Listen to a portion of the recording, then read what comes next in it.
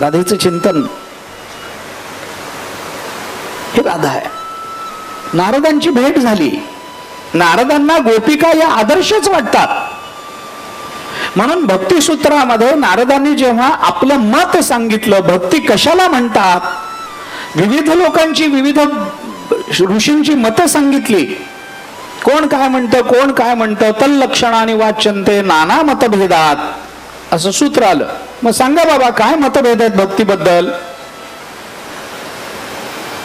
सांगितलं, पूजादिषु अनुरागः इति पाराशर्यः, कथादिषु इति गर्गः, आत्मरती अविरोधेन इति शांडिल्यः. कुणाकुणाची काय काय मत आहेत सांगा. भगवंताच्या पूजेमध्ये नित्य प्रेम पूर्वक पूजा करणं, अनुराग पूर्वक पूजा करणं याला भक्ती म्हणतात. कोण म्हणतं? व्यास महर्षी म्हणतात. बर, अजून एक मत, गर्गाचार्यांचं मत वेगळं आहे. ते म्हणतात पूजा नाही, कथादिषु इति गर्गः.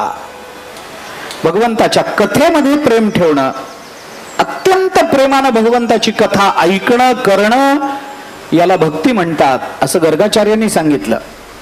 अजून एक मत आहे, कोणाचं? शांडिल्य ऋषींचं मत आहे, कारण त्यांची भक्तिसूत्र आहेत शांडिल्यांची. त्यांनी सांगितलं, काय म्हणणं आहे तुमचं? आत्मरती अविरोधेन इथे शांडिल्य हा. त्याने अहो ते बाकीच्यांची मतं सांगताय नारदा, तुमचं मत सांगा ना, काय मत आहे ते. नारद म्हणाले, माझं मत सांगतो. नारद असतो तद अर्पिता अखिलाचारिता तद विस्मरणे परम व्याकुलते इति. आपली सगळी कर्म भगवंताला समर्पित करणं आणि भगवंताच्या वियोगानं व्याकुळ होणं याला भक्ती असं म्हटलं जातं. भगवंताच्या विस्मरणात व्याकुळ होणं याला भक्ती असं म्हणतात. लक्षणं झाली, पण लक्षण सांगून चालत नाही, लक्षणाला उदाहरण द्यावं लागतं. नारदांना विचारलं, असं मत आहे? अस्ति एवम अस्ति एवम, असंच आहे असंच आहे. अरे पण उदाहरण सांगा ना. नारद महर्षींनी अशा भक्ती करता उदाहरण सांगितलं. यथा व्रज गोपिकानाम, गोकुळात राहणाऱ्या गोपिका हे भक्तीचं आदर्श उदाहरण आहे. प्रेमाचं आदर्श उदाहरण म्हणजे गोकुळ आहे, गोपिका आहेत. गोपिकांनी एवढं प्रेम कोणीही देवावर केलेलं नाही आहे. आपण सांगतो ना, कबीर महाराजांकडे लोक गेले आणि कबीर महाराजांच्या मागे लागले. अहो ते प्रेम देवावर कसं करायचं आम्हाला सांगा. कबीर महाराज म्हणले, मला माहित नाही देवावर प्रेम कसं करायचं. संत आहेत, महात्मे आहेत, माणूस बोलत नाही, कबीर महाराज बोलतात. मगाशी सांगितलेला नित्य सावधपणा ज्यांच्याकडे येते कबीर महाराज आहेत. किती सावधपणा आहे. देवाचा पितांबर गळला तर पहिले सावध झालेले कबीर महाराज आहेत. सावध होई देवा ऐसे बोले कबीर. कबीर महाराज सावध झाले, त्यांनी देवाला सावध केलं. इतका सावधपणा. ते कबीर महाराज म्हणतात, देवावर प्रेम कसं करायचं आम्हाला कळत नाही. आम्हाला कसं कळायचं? तुम्हीच जर असं म्हणालात की आम्हाला प्रेम माहिती नाही, आम्ही काय करावं? कबीर महाराजांनी त्या लोकांना सांगितलं, मला प्रेम काय आहे माहित नाही, पण मी तुम्हाला पत्ता सांगतो, तिथे जा, सांगा पत्ता. कबीर महाराजांनी त्या लोकांना पत्ता सांगितला. कबीर कबीर क्या कहे जा जमुना के तीर. तुम्हाला प्रेम बघायचंय ना देवावरचं, कबीर कबीर करून माझ्या मागे येऊ नका, या यमुनेच्या तीरावर जा. कबीर कबीर क्या कहे जा जमुना के तीर, एक गोपी के प्रेम में बह गए कोटी कबीर. कबीर महाराज सांगतात, तिथल्या एका एका गोपिकेच्या प्रेमामध्ये माझ्यासारखे कोट्यावधी कबीर वाहत जातील. इतकं प्रेम एका एका गोपिकेने भगवंतावर केलं. आणि त्या गोपिकेचा स्त्री भाव ज्ञानोबरांनी धारण केला. इतकं प्रेम. म्हणून नारदांनी उदाहरण दिलं, यथा व्रज गोपिकानाम. व्रजातल्या गोपिका भक्तीचं उत्तम उदाहरण आहे.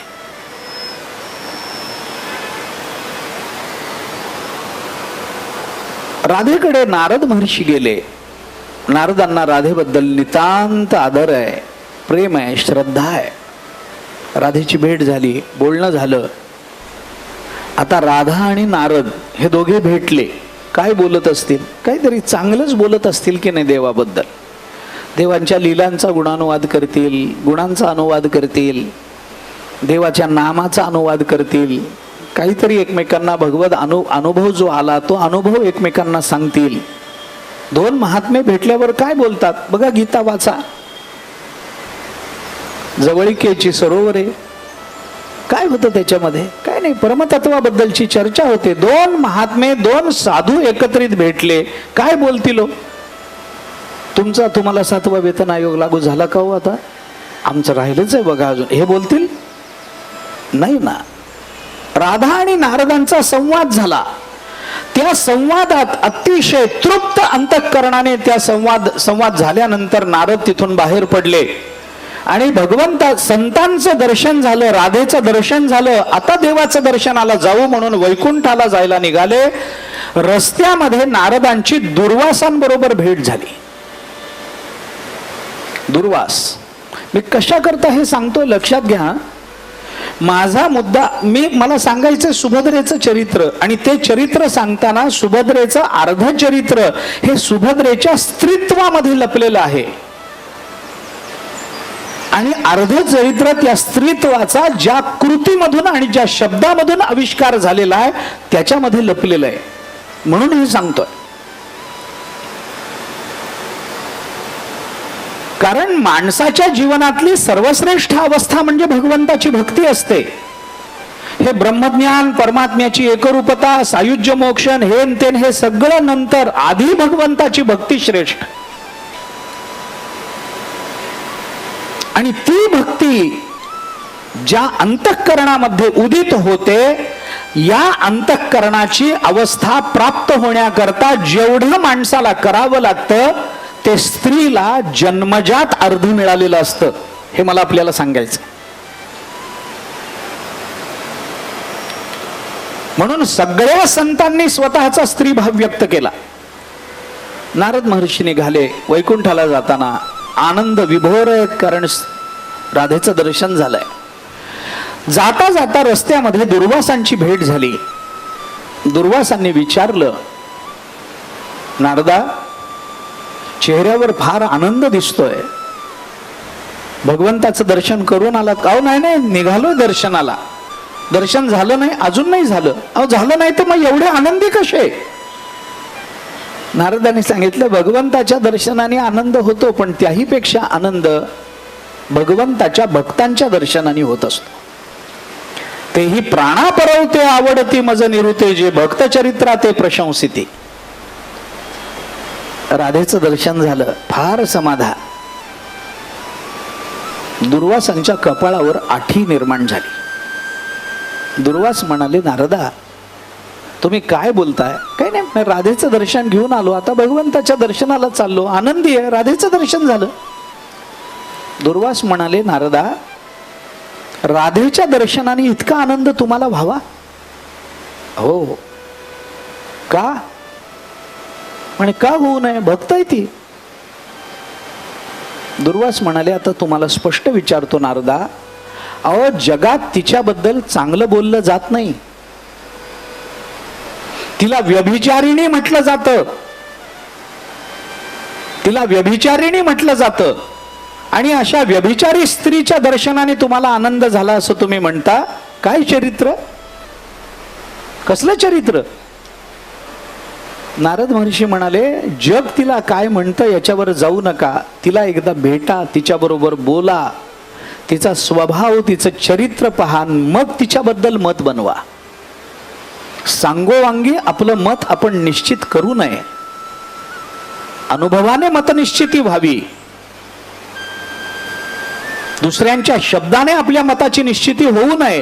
तुम्ही म्हणता म्हणून हो तो माणूस तसाच असला पाहिजे का, हे म्हणतात म्हणून असं होऊ नये. तुम्ही जा, बघा आणि मग बोला.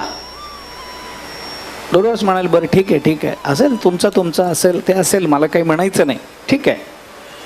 नारद महर्षी वैकुंठ लोकाला भगवत दर्शनाला गेले. दुर्वास विचार करतात, नारदांसारखा भक्तीचा आचार्य, नारद महर्षींसारखा महापुरुष ज्या अर्थी राधेच्या बाबतीमध्ये अशी भूमिका बोलून दाखवतो, त्या अर्थी ही खोटी नसली पाहिजे, पण आपल्या मनातला विकल्प जात नाही. मग राधेला भेटलं पाहिजे. कधी भेटावं, कधी भेटावं ना. दुर्वासांच्या मनात आला, विचार आला, कधी भेटायचं काय असतं. भक्त नारद महर्षी तिला भक्त म्हणतात. भक्ताची शुभस्य शीघ्रम अशुभस्य कालहरणम संस्कृतात म्हटलं जातं.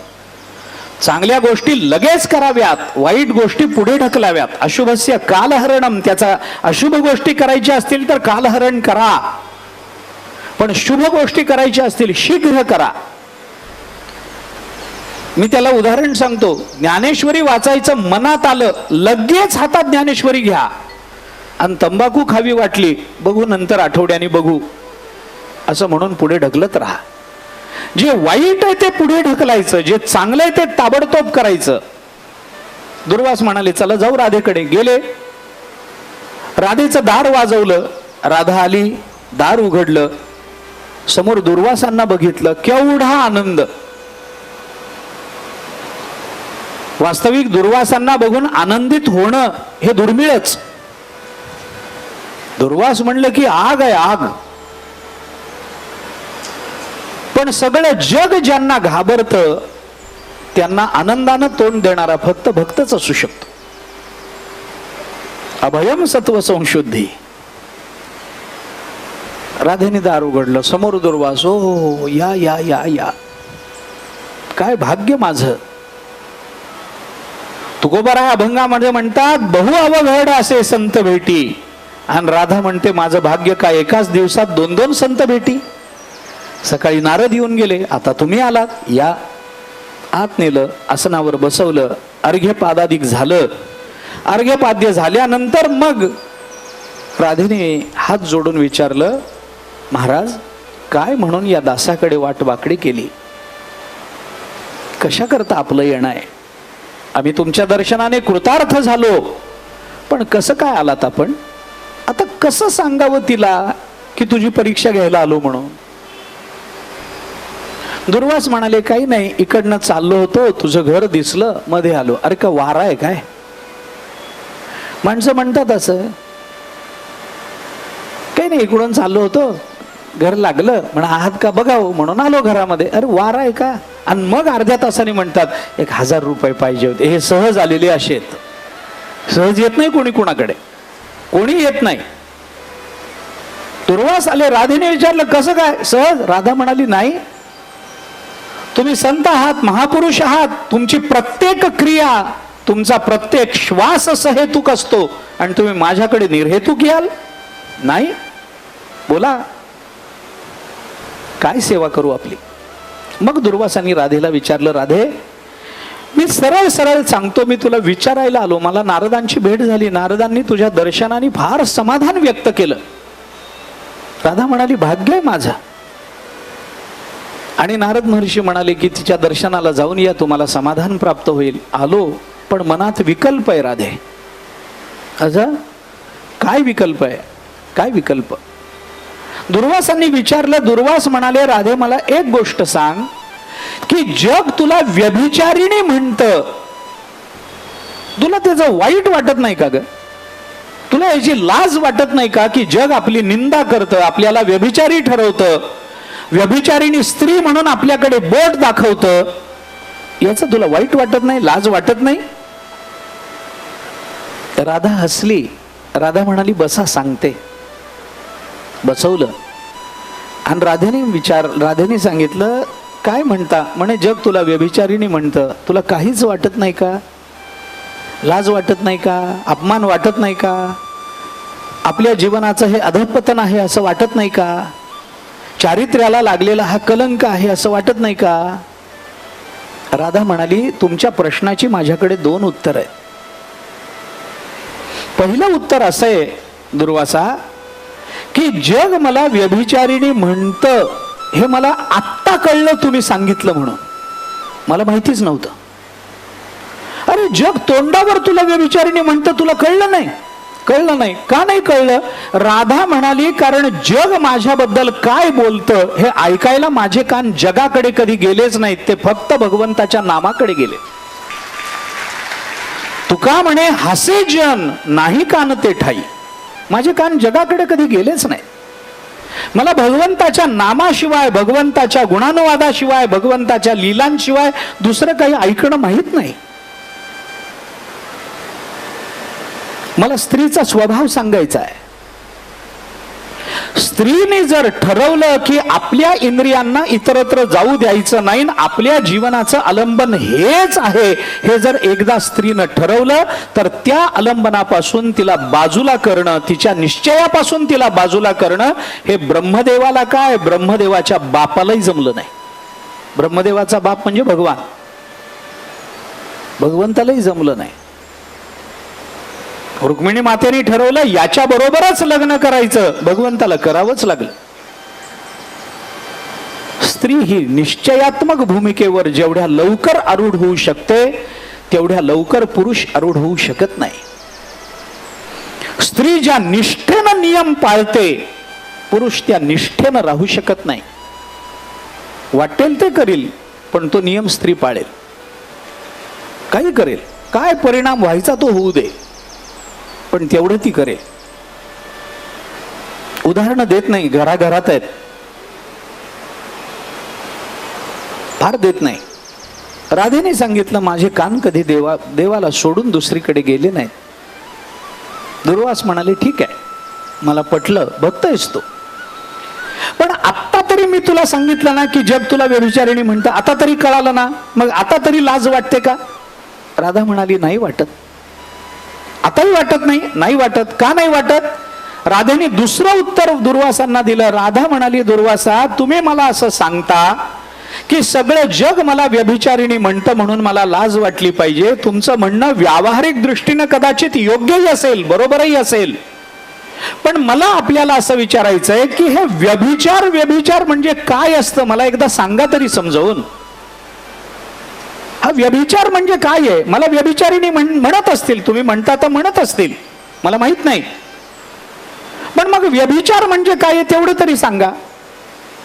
दुर्वास म्हणाले तू एवढी मोठी भगवत भक्त, तुला एवढ्या शब्दाचा अर्थ माहित नाही? नाही माहितीयस, तुम्ही सांगा.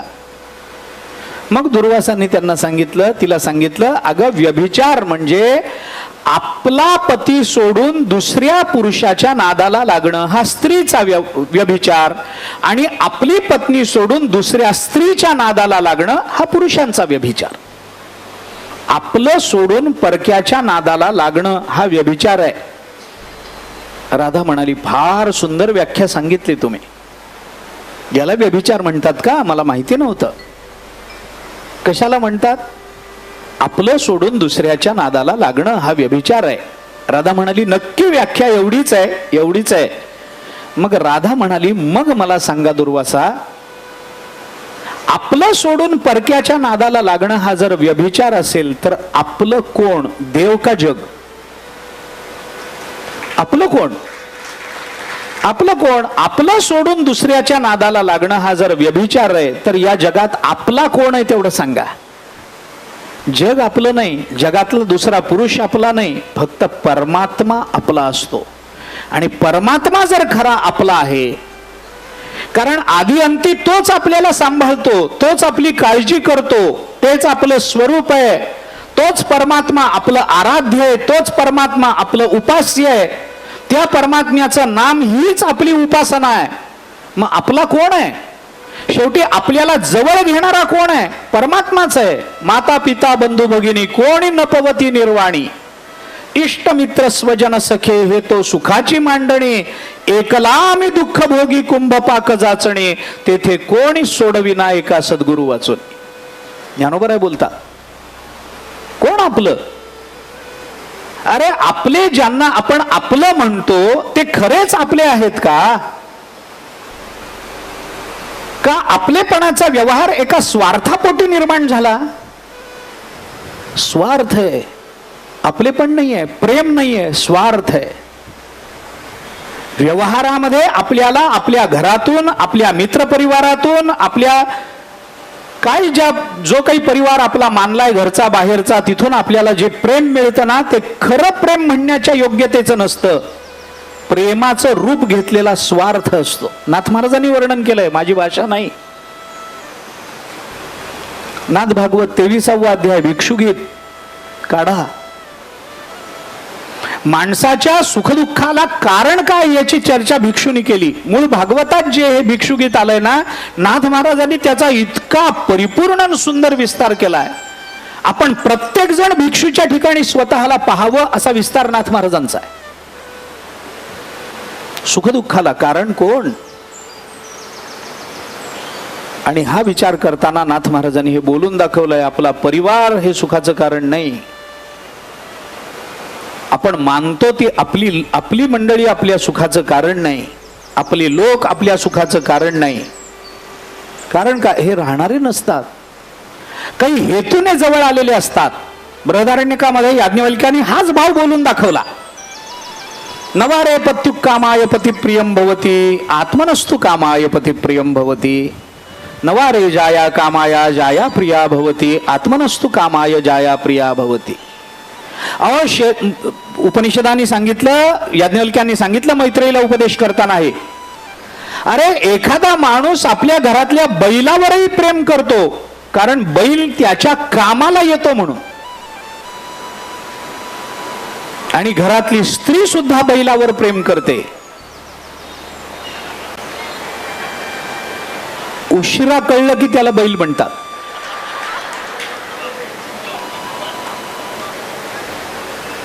बैलावर प्रेम करतो मनुष्य का? अरे तो आपल्या नांगराला कामाला येणार आहे, त्याला सांभाळलं पाहिजे. म्हणून नाथ महाराजांनी हे बोलून दाखवलंय, जव त्या धनाची झाली या तुटी स्त्री वसवसोनी लागे पाठी. आता नावडती तुमच्या गोष्टी रागे उठती फडफडोनी. नाथ महाराजांची भाषा कडक आहे. पती पत्नीवर प्रेम करतो, ती 12 वाजायची वेळ सांभाळते म्हणून. आणि पत्नी पतीवर प्रेम करते कारण तो महिन्याचं पाकिट तिच्या हातात देतो म्हणून. नाथ महाराजांचं आहे बोलणं. जव त्या धनाची झाली या तुटी स्त्री वसवसोनी लागे पाठी. आता नावडती तुमच्या गोष्टी रागे उठती फडफडोनी. काय फडफडत असलो? नाथ महाराजांना कसं काय ते कळलं, कसं फडफडोनी. फडफड कशी होते? सगळ्यांचा अनुभव ज्यांचं झालंय त्यांचा. स्वार्थ आहे, स्वार्थापोटी एकत्र येणं आहे. स्वार्थ संपला संपलं, स्वारस्य संपलं संपलं. कारण पंचदशीच्या पहिल्या प्रकरणात विचार आहे, कारण मनुष्य जे दुसऱ्यावर प्रेम करतो ते नेहमी स्वतः करता करत असतो, आणि मनुष्य स्वतःवर जे प्रेम करतो ते कधीही दुसऱ्या करता करत नसतो. नियम आहे. कोण आमचं? आपलं कोणाला म्हणायचं? कोणी आपलं नाही. म्हणून आपल्याकडे हे सांगतात ना, बायको उंबरठ्यापर्यंत येते सोडायला, शेवटचं बरं. उंबरठ्याच्या बाहेर बायको येत नाही. नातेवाईक स्मशानापर्यंत येतात, मुलं चितेपर्यंत येतात, देह चितेवर येतो. तिथून पुढे कोण आपल्या बरोबर आहे सांगा? आपलं आपलं म्हणणारे जे आपण त्यांच्याकरता आयुष्य खर्च केलं ते तिथून पुढं कोण येतं? कोण येत नसतं पुढं. आपलं कर्म आपल्या बरोबर येतं. बस महाभारताने म्हटल्याप्रमाणे तेही कर्म पुढचा जन्म देऊन पुन्हा संपून जातं, पुन्हा तेच सुरू आहे. कोणी येत नाही. बायको फक्त उंबरठ्यापर्यंत येते, जास्त पुढे येत नाही सोडायला. ती उंबरठ्यापर्यंत का येते याचं एक कारण मला एकाने सांगितलं. ती बाहेर पुढं का येत नाही? एका बाईचा नवरा गेला, तिला वाईट वाटलं, रडायला लागली. ऐका तरी, रडायला लागली. आता झालं, रडण्याने काही तो जिवंत होत नाही, काही नाही. गेला तो गेला. नातेवाईक जमले, तिला समजावलं, सगळं झालं. तयारी तर करावी लागेल, सगळी तयारी झाली. आता उचलायचं, स्नान वगैरे घालायचं, घराबाहेर न्यायचं. म्हणून त्याला उचलून बाहेर आणताना उचलणाऱ्याचा अंदाज चुकला का काय झालं माहिती नाही, पण घरातून बाहेर पडताना घराची जी चौकट असते की नाही लाकडी, त्या चौकटीतून बाहेर आणताना ती चौकट खटकन त्याच्या कपाळाला लागली. कोणाच्या? जो गेला होता त्याच्या. ते उचलून बाहेर आणताना ती चौकट खटकन कपाळाला लागली. उठून बसला ना, उठून बसला. आता गेला नसेल, काहीतरी झालं असेल, काय तो धक्का बसला, खटकन लागलं त्याला, उठून बसला, सुरू झालं हृदय त्याचं, डोळे उघडले त्याने, उठून बसला, किती आनंद. आता काही लोक असं थोडंच म्हणतात, काय आम्ही एवढी तयारी केली आणि तुम्ही असे कसे उठून बसले हो, असं थोडंच म्हणतील. अरे हत्तीवरून साखर वाटा, वर्तमानपत्रात बातमी आल्या, अमुक झालं तमुक झालं, मेलेला जिवंत झाला, मेलेला उठला, मेलेला उठला. सगळ्यांना आनंद वाटला, बाईलाही आनंद वाटला. अशी 7-8 वर्ष गेली, पुन्हा गेला, पुन्हा ती बाई रडली, पुन्हा सगळं झालं, पुन्हा नवीन कपडे, म्हणजे मागचे ठेवले नव्हते शिल्लक, पुन्हा नवीन कपडे आणले, नवीन सोवळं आणलं, सगळं तयार केलं. आणि पुन्हा घरातून बाहेर आणताना उंबरठ्याजवळ येऊन बायको म्हणाली, इथं सांभाळा, इथं सांभाळा. पुन्हा एकदा खटकन लागलं, उठून बसला, तर माझ्या नशिबाला पुन्हा हेच आहे. म्हणून म्हणे बायको फक्त उंबरठ्यापर्यंत येते, त्याच्या पुढे येत नाही, असं सांगतात. खरं खोटं देव जाणे, जगन्नाथाला ठाऊक काय आहे ते, आपल्याला काही घेणं देणं नाही त्याच्याशी. मी कशा करता आपल्याला सांगितलं, राधा म्हणते आपलं सोडून परक्याच्या नादाला लागणं हा जर व्यभिचार असेल तर आपलं कोण आहे. अरे नदीने कुणाला आपलं म्हणावं, मध्ये भेटणाऱ्या ओहळाला आपलं म्हणावं का, मध्ये आडव्या येणाऱ्या ओढ्याला आपलं म्हणावं का, दुसऱ्या नदीला आपलं म्हणावं का, एखाद्या तळ्याला आपलं म्हणावं का, तिने समुद्राला आपलं म्हणावं. नदीने दुसऱ्याला आपलं नाही म्हणायचं, नदी फक्त समुद्राला आपला म्हणू शकते, तसं जीव फक्त देवाला आपला म्हणू शकतो, बाकी कोणी आपलं असू शकत नाही. मग राधा म्हणते आपलं सोडून परक्याच्या नादाला लागणं हा जर व्यभिचार आहे आणि आपला जर देव आहे, तर जग सोडून देवाच्या नादाला लागलेल्याला व्यभिचारी म्हणत असतील तर ही जगाची चूक आहे. उलट देव सोडून संसाराच्या नादाला जे लागलेत ते खरे व्यभिचारी आहेत. आणि असे व्यभिचारी जर मला व्यभिचारीने म्हणत असतील तर तो माझा गौरव आहे, तो माझा अपमान नाही. दुर्वासा ही स्त्री आहे, ही विचारसरणी स्त्रीची आहे, हा भाव स्त्रीचा आहे, हे समर्पण स्त्रीचं आहे, ही तन्मयता स्त्रीची आहे, हे मार्दव स्त्रीचं आहे. स्त्री जीवन हे सोपं जीवन नाही आहे. स्त्री जीवनाचा दुसरा विशेष हा आहे की अनंत दुःखांना सहन करण्याची क्षमता जेवढी स्त्रीला दिली गेली तेवढी जगतामध्ये इतर कोणालाही दिली गेली नाही. सहनशक्तीची मर्यादा आहे स्त्री म्हणजे, जन्मापासून ते मरेपर्यंत. अशी कितीतरी उदाहरण मी आपल्याला सांगतो. अहो स्त्री जन्म देते मुलाला, त्या प्रसूतीच्या वेदना काय असतात हे ती स्त्रीच जाणू जाणे, कळत नाही सगळ्यांना. जगतामध्ये प्राप्त होणाऱ्या दुःखामधलं सर्वश्रेष्ठ दुःख म्हणून वैद्यकीय क्षेत्रामध्ये ज्या दुःखाचा विचार केला जातो, ज्या वेदनेचा विचार केला जातो, त्यामध्ये पहिल्या क्रमांकावर आहे ते लेबर पेन आहेत. बरोबर आहे, पहिल्या क्रमांकावर जे आहे ते लेबर पेन. बाकीचे सगळ्या वेदना त्याच्या खाली येतात. सगळ्या प्रसूतीच्या वेळेला, म्हणून प्रसूती वैराग्य म्हटलं जातं. त्या काळामध्ये वैराग्य येतं, स्मशान वैराग्य, प्रसूती वैराग्य, मैथुन वैराग्य, हे वैराग्याचे प्रकार सांगितले गेले. त्याच्यामध्ये प्रसूती वैराग्य आहे. अरे प्राण जाईल, उलट गेलेला बरा असं वाटतं त्या काळामध्ये त्या स्त्रीला, असं सांगतात.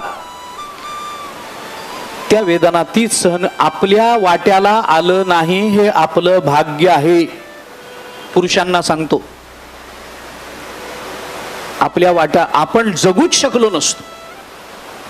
इतक्या प्रचंड वेदना धारण करून सुद्धा मुलाला जन्म दिल्यावर जिच्या ओठावर हसू उमटतं तिला स्त्री असं म्हणतात. ती स्त्री आहे. अनंत वेदना सहन करण्याचं मी हे विशेष का सांगतोय, मी आपल्याला आता सांगतो हे. मी स्त्रीचे हे स्वभाव विशेष एवढ्या करता सांगतोय की हे सगळे स्वभाव विशेष हे सुभद्रेच्या जीवन चरित्रात आपल्याला दिसतात. त्याची मांडणी प्रस्तावनेच्या रूपात मी करतोय आता.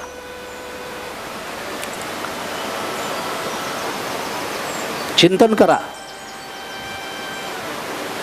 इतक्या प्रचंड वेदना, शारीरिक वेदना, वेदनेत दोन्ही घ्या, शारीरिकही घ्या, मानसिक घ्या. मी मानसिक वेदनाही सांगणार आहे आणि सुभद्रेच्या जीवनचरित्राशी त्याचा प्रत्यक्षत्वाने संबंध आहे हेही सांगणार आहे. ऐका, इतक्या प्रचंड वेदना तोंडावर हसू ठेवून सहन करण्याचं सामर्थ्य भगवंतानी जर कोणाला दिलं असेल तर ते स्त्रीला दिलं. मनुष्य एवढ्या वेदना सहन करू शकत नाही. हा, किरकोळ किरकोळ दुःखामध्ये मनुष्य ते सहन करतो, गिळून घेतो. किरकोळ किरकोळ वेदनांची, दुःखाची तक्रार, किरकिर स्त्री जास्त करते. असेल, दागिनाच मिळाला नाही, असंच झालं नाही, त्याच रंगाची साडी मिळाली नाही, सगळ्या साड्या घेऊन आले, हिरवीच विसरले. असते किरकिर, नसते असं नाही, असते.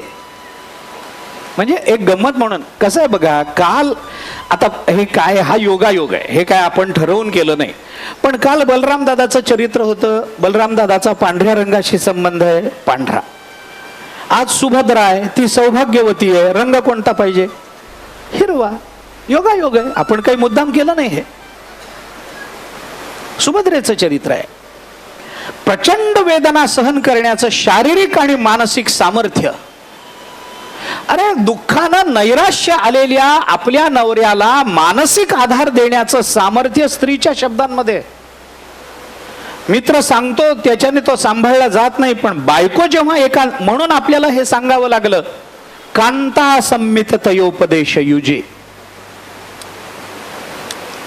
भार्या जो उपदेश करते तो उपदेश, एकांतातला उपदेश, हा पुरुषाच्या दुःखाच्या निवृत्तीला फार महत्वाचं कारण ठरणार आहे. इतर केलेले उपदेश कदाचित पुरुषाचं नैराश्य दूर करू शकणार नाहीत, पण नैराश्य प्राप्त झालेल्या नवऱ्याच्या जीवनाला उभारणी जर कोणी देऊ शकत असेल तर ती स्त्री देईल. ती त्याच्या पत्नीच्या रूपात देईल, ती त्याच्या कन्येच्या रूपात देईल, मुलीच्या रूपात देईल, ती त्याच्या बहिणीच्या रूपात देईल, ती त्याच्या आईच्या रूपात देईल. कोणत्याही रूपात ती त्याच्या जीवनात आलेली असेल, ती मावशीच्या रूपात देईल, आत्याच्या रूपात देईल, काकूच्या रूपात देईल. पण स्त्री त्याला ज्या पद्धतीने उभारी देऊ शकते तशी उभारी इतर कोणाच्या शब्दाने मिळत नाही. कारण का? कारण सहनशक्तीची पराकाष्ठा ही स्त्रीच्या जीवनामध्ये आपल्याला दिसून येते. हा स्त्री विशेष आहे, स्वभाव विशेष. हे जसं प्रापंचिक अर्थाने आपल्याला पाहता येतं, तसं पारमार्थिक अर्थाने बघितलं तर परमार्थामध्ये सगळ्यात जास्त महत्व, परमार्थाच्या परिपूर्ती करता सगळ्यात जास्त महत्व आहे ते आपल्या अंतःकरणाच्या मार्दवाला. अंतःकरण मऊ असलं पाहिजे. मऊ असेल अंतःकरण तरच परमार्थ कडेला जाईल. आणि स्त्रीचं अंतःकरण जेवढं मवाळ असतं तेवढं पुरुषांचं असू शकत नाही. सगळ्यांचंच नसतं असा माझा दावा नाही. सगळ्या स्त्रियांचं कोमल असतं असाही माझा दावा नाही, नाही तर नळानळावर भांडणं झाली नसती. त्या बाबतीतही स्त्री मोठीच आहे. भांडण कसं काढावं याची जी कला देवाने तिला दिली आहे, अलौकिक कला आहे, अलौकिक कला. स्त्रियांना परराष्ट्र मंत्री करावं, एका देशाची ताकद नाही आपल्या देशाकडे डोळे उघडून बघाय.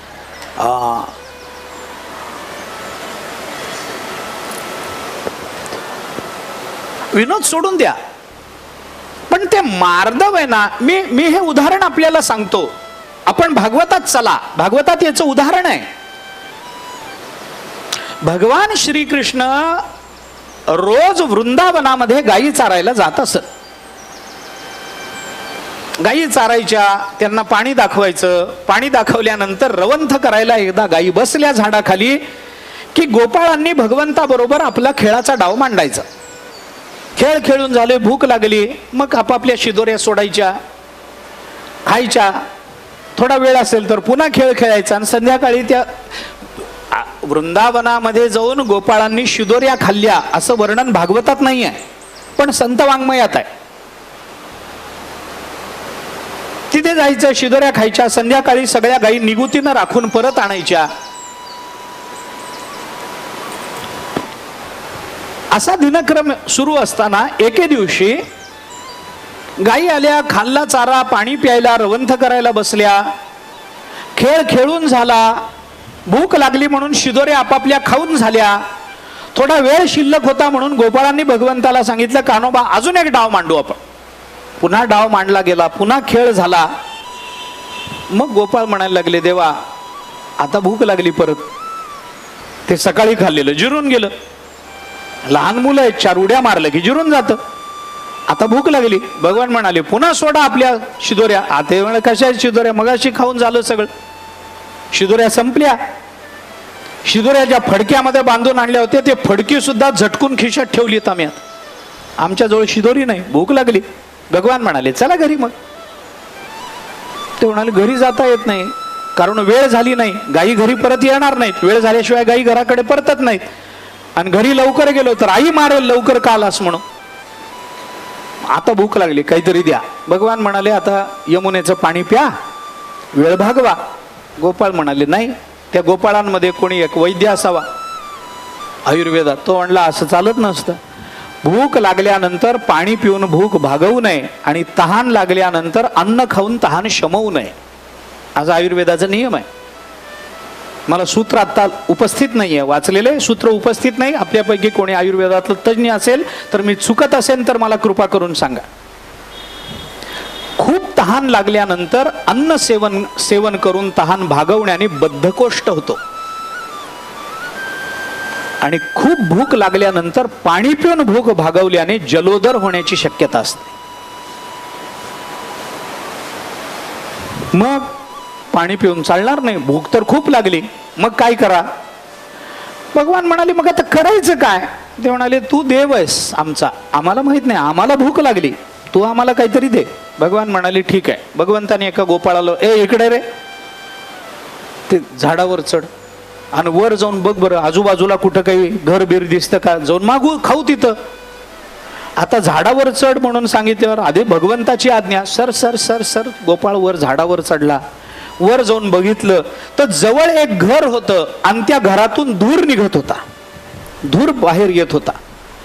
वर गेलेल्या गोपाळाने बघितलं, अरे इथं काहीतरी घरही आहे आणि काहीतरी धूरही निघतोय.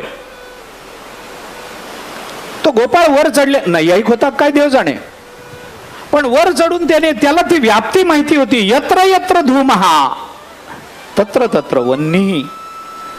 जिथं जिथं धूर आहे तिथं तिथं अग्नी असतो. त्या गोपाळाला अजून एक व्याप्ती माहिती होती, यत्र यत्र वन्नी तत्र तत्र नरहा. जिथं जिथं अग्नी आहे तिथं तिथं माणूस आहे. कारण काडी लावायची कला अजून दुसऱ्याला अवगत झाली नाही. ज्या अर्थी इथं अग्नी आहे त्या अर्थी इथं माणूस असला पाहिजे. त्यांनी सांगितलं, कान्होबा इथं काहीतरी आहे, ये खाली. बोलावलं, चला रे तिकडं. सगळ्या गोपाळांना घेऊन भगवान गेले. जवळ जाऊन बघितलं, घर नव्हतं, यज्ञशाळा होती, यज्ञशाळा. भगवान म्हणाले, अरे ही तर यज्ञशाळा आहे, यज्ञ चालू आहे, खायला नक्की मिळेल, खायला नक्की मिळेल. जा, मी इथं झाडाखाली उभा आहे, तिथं जा. तिथं ते ब्राह्मण यज्ञ करत असतील, त्या यज्ञामध्ये जा. तिथं जाऊन त्यांना असं सांगा की इथं भगवान आलेत. असं सांगू नका नंदाचा मुलगा आला, इथं आमचा कान्होबा आला, हे बोलायचं नाही. काल म्हटलं ना आपण, कुठली ओळख कुठं द्यायची हे कळलं पाहिजे. त्यांना जाऊन असं सांगा की इथं भगवान आलेत, झाडाखाली उभे आहेत आणि भगवंताला भूक लागली, काहीतरी द्या. नामदेव यांनी हा प्रसंग फार चांगला रंगवला. काहीतरी द्या खायला, असं मागा त्यांना. गोपाळ म्हणाले, ठीक आहे. गोपाळ गेले.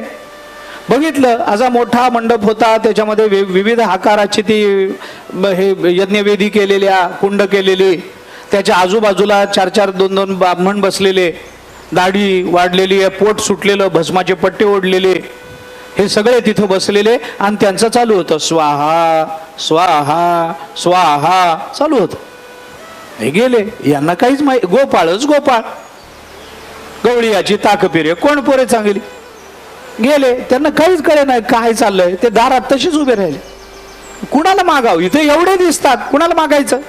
दारात तसेच उभे राहिले. उभे राहिल्याबरोबर ते यज्ञ करणाऱ्या काही ब्राह्मणांचं लक्ष गेलं, दारात गवळ्याची पोरं आली आहेत, गुराखी आलेत कोणीतरी, आणि त्यांना अशी भीती वाटली की आता हे यज्ञशाळेत येतील, इकडे तिकडे शिवतील, काहीतरी करतील.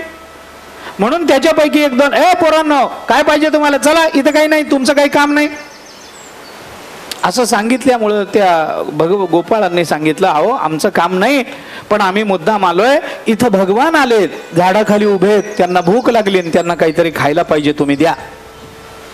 भगवान आलेत असं कळल्यावर ते ब्राह्मण जे कशाचे भगवान रे, रोज उठतो मी भगवान म्हणतो, कोणी कशाचे भगवान, असे भगवान येतात का, आम्हाला एकच भगवान माहिती, यज्ञ नारायण भगवान. काही भगवान आले आणि त्यांना भूक देवाला कुठं भूक लागत असते काय, चला पळा इथून. नाही हो, खरंच भगवान आलेत, त्यांनी आम्हाला निरोप देऊन सांगितलंय भगवान आलेत म्हणून, त्यांना भूक लागली, काहीतरी खायला पाहिजे. मग मात्र तो ब्राह्मण चिडला, एक तो उठला जागेवरून, अडदाण तो उठला, तो म्हणाला आता जाता की घालू एकेकाच्या पाठीत दाखूड, म्हणून त्यांनी ती तिथली पळी लाकडी पळी असते ना, स्त्रुवा म्हणतात तिला, ती उचलली, घालू तुमच्या पाठीत, पळा इथून. देवाच्या नावाखाली स्वतःची पोट भरता, गोपाळ आहेत का कीर्तनकार आहेत, लाज वाटत नाही तुम्हाला, पळा इथून, घालीन पाठीत एकेकाच्या लाकूड. घाबरले गोपाळ, पळून आले, तो अंगावरच तसा आला, पळून आले. कान्होबा भगवंताने विचारले, मिळाले का अन्न, भागली का भूक, ते म्हटले कशाचं अन्न कशाची भूक भागते देवा. तो असा अंगावर आला, आम्हाला तिथल्या तिथं देवाज्ञा होते का काय भीती वाटायला लागली. तो काय अंगावर आला, मग जीव जायची पाळी, कशाचं काय, कुठं पाठवता आम्हाला तुम्ही. भगवान म्हणाले काही मिळालं नाही, काही मिळालं नाही. मग त्यांनी सांगितलं, म्हणे आमचा आधी यज्ञ होईल, मग आरती होईल, नैवेद्य होईल, आरती होईल, मग आमची जेवण होतील, उरलं तर तुम्हाला देऊ, म्हणून आम्हाला हाकलून दिलं. देवा भूक लागली, देवा काहीतरी द्या ना, सोडा ना लवकर, भूक लागली देवा, 8:30 वाजून गेले देवा, भूक लागली, सोडा ना. भगवान म्हणाले ठीक आहे, मिळालं नाही ना, नाही, आता एक काम करा. आता काय, एक काम करा, आता मागच्या दाराने जा. भगवंतानी सांगितलं, बघा कसे नियम आहेत, काही काही नियम सार्वकालीन असतात. भगवंतानी त्या वेळेला सांगितलंय, जिथं पुढच्या दाराने मिळत नाही तिथं सगळ्यांना माहिती आहे नियम, सार्वकालीन नियम, तेव्हा मागच्या दाराने जावं म्हणजे मिळतं. आता मागच्या दाराने जा. बर, मग तिथं या सगळ्या यज्ञ करणाऱ्या ब्राह्मणांच्या बायका स्वयंपाक करत असतील. माझा मुद्दा इथून सुरू होतोय. या बायका स्वयंपाक करत असतील, तिथं जा आणि त्यांना असं सांगा, त्यांना सांगू नका हे की भगवान आले तर त्यांना भूक लागली, त्यांना असं सांगा इथं कान्होबा आलाय आणि त्याला भूक लागली आणि खायला काहीतरी पाहिजे. कान्होबा असं सांगा बरं त्यांना. बर, भगवंतांनी सांगितलं. गोपाळ म्हणाले, देवा आम्हाला भूक लागली, तुम्ही आम्हाला अन्न दिलं पाहिजे, कारण तुम्ही आमचे प्रमुख आहात. तुम्ही आम्हाला अन्न मिळेल म्हणून इथं पाठवलं, तिथं आम्हाला अन्न मिळालं नाही, मार खायची पाळी आली. आता तुम्ही आम्हाला सांगताय मागच्या दाराने जा, तिथं बायका असतील, कशाला फिरवता, मारायचं असेल तर तुमच्या हाताने मारा ना. भगवान म्हणाले का. गोपाळ म्हणाले, देवा समोरच्या दारानं गेलो तर ते यज्ञ करणारा तो ब्राह्मण अंगावर आला, मागच्या दाराने जाऊन तिथं स्वयंपाकघर आहे, त्यांच्या बायका तिथे. अरे बायकांच्या हातामध्ये लाटणं आईचं तयार असतं, त्या काय फुकट सोडतील का आम्हाला.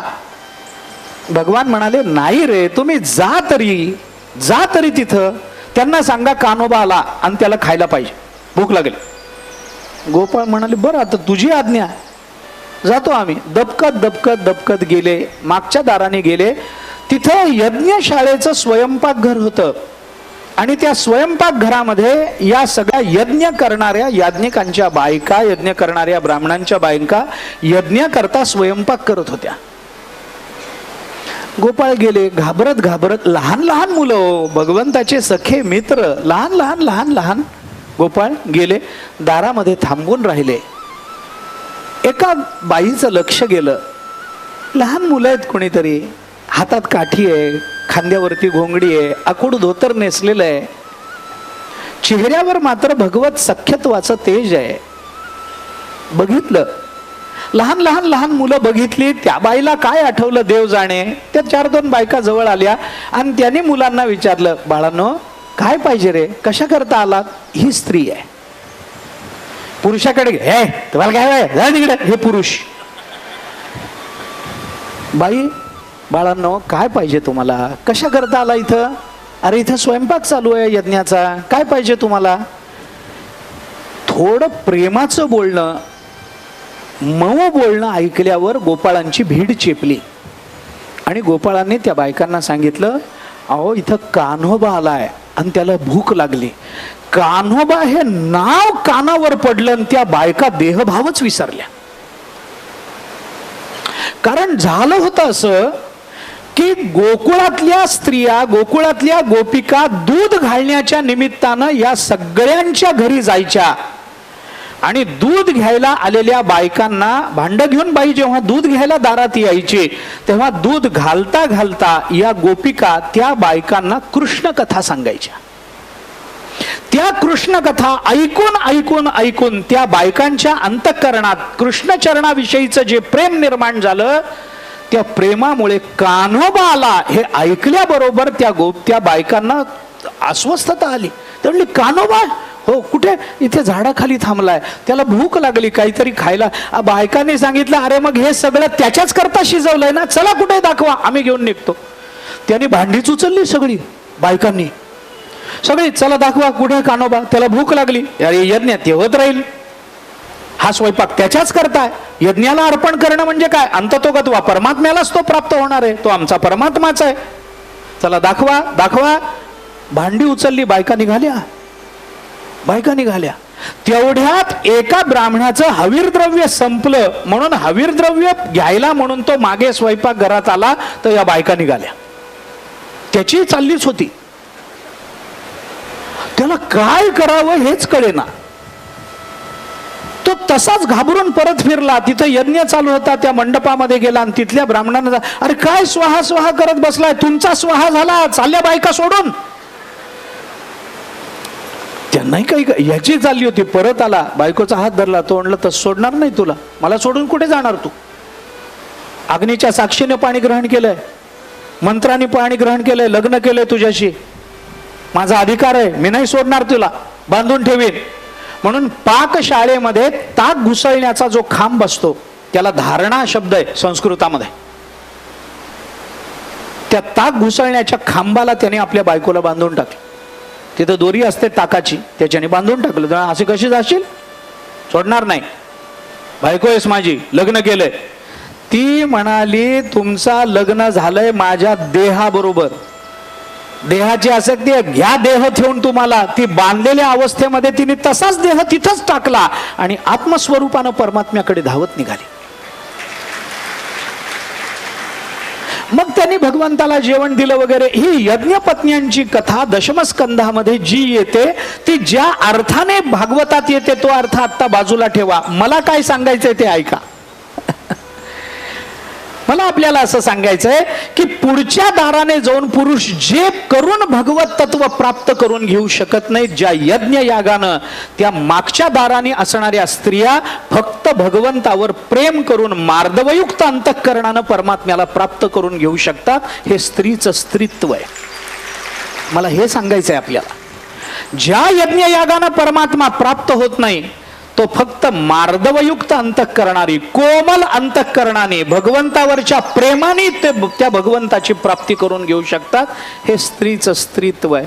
फक्त याच्या करता भगवंताला अनुकूल होता आलं पाहिजे आणि ती अनुकूलता स्त्रीच्या जीवनामध्ये जेवढ्या चटकन निर्माण होते तेवढी अनुकूलता इतरांच्या कुणाच्याही जीवनामध्ये तेवढ्या चटकन निर्माण होत नाही. घर वेगळं असतं, संस्कार वेगळे असतात, आई वडील वेगळे असतात,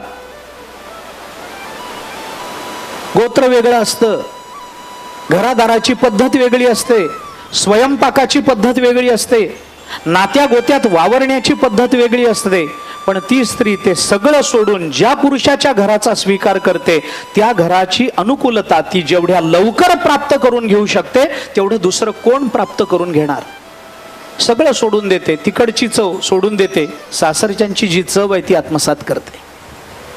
तिकडचे आई वडील सोडून देते, सासू सासऱ्याला आई वडील मानायला लागते. नात्या गोत्यात वावरण्याची माहेरची रीत सोडून देते, सासरच्या रीतीप्रमाणे वागायला लागते. आपल्या जीवनामध्ये निर्माण झालेला हा बदल हा जेवढ्या सहजतेनं स्त्री स्वीकारते तेवढ्या सहजतेनं इतरांना स्वीकारता येत नाही. हे स्त्रीचं स्त्रीत्व आहे आणि हे सगळे स्त्रीचे स्वभाव आपल्याला सुभद्रेच्या चरित्रामध्ये दिसणार आहेत. ते कुठल्या कुठल्या प्रसंगात दिसतात त्याचा विचार करायचा.